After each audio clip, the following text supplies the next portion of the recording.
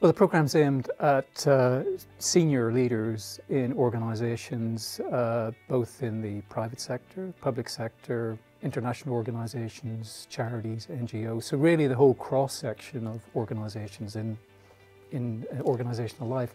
And these are people who've been perhaps leading change in a function, maybe an IT director or HR director or someone in finance. But they could also be people who are managing directors or people involved in large-scale transformation programs. So we deal with people in that kind of domain, but there's also people who are coming to us from a consulting background as well, who are working with organisations on change processes, as well as individual coaches. And those individual coaches and consultants are wanting to broaden the repertoire of understanding of organisational change. And for those people who are in the kind of within the organisational framework, they want to make sense of the change practices that they've introduced, and also to provide themselves with shorthand, theoretical or conceptual shorthand, that they can apply more consistently in future change programs.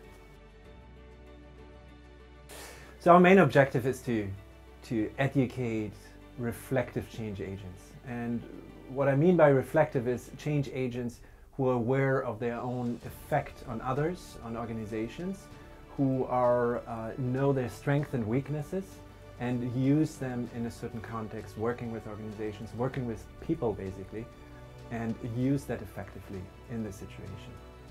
I guess we also find that people challenge their assumptions, don't they? Because quite often they come in with kind of assumptions underlying their actions, but when they come on the program, they kind of bring those out and they address them and they begin to question them and explore them in more depth, and it makes them more receptive to change and perhaps understand why certain change processes work or perhaps don't work. We use a mix of very different methods. Some of them are more self-reflective, reflecting of what happened in the past with some of the frames, some of the theories, some of the more academic work that we have.